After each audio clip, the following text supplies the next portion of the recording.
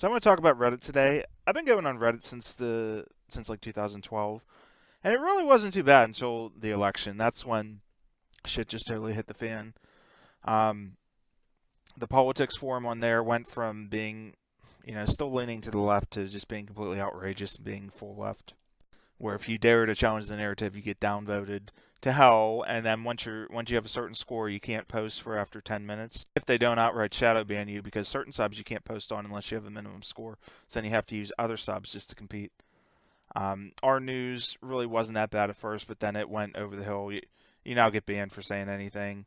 Um, Really, I mean, I don't think there's a sub on Reddit I probably haven't been banned from at some point. It got so bad, I even had an IP address ban there at one point, and then I had to get a then I got that fixed, and that issue's that's no more.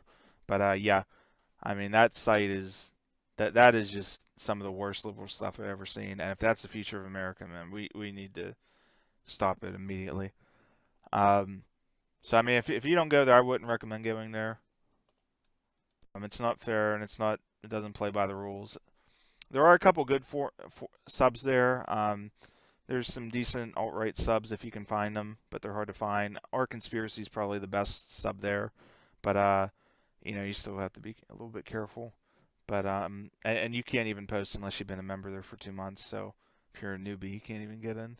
That has to be the most toxic website I've ever seen created, and that is probably the destructor of any type of speech and communication. Like, if I wanted to build a website that would be horrible for free speech, it would probably look a lot like Reddit.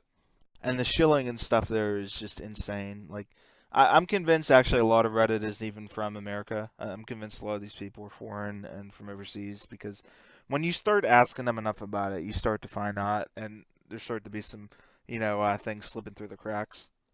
If you ever really just see some hardcore anti-Trump people and stuff, just start looking through their profiles and you'll see. And you'll be surprised at what you find.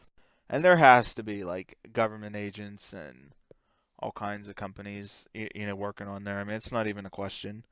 Like there's just so much thought policing and all that there, and it's beyond like being normal. Like you'd have to be like an extremist to honestly not even notice it and even want to bother with it.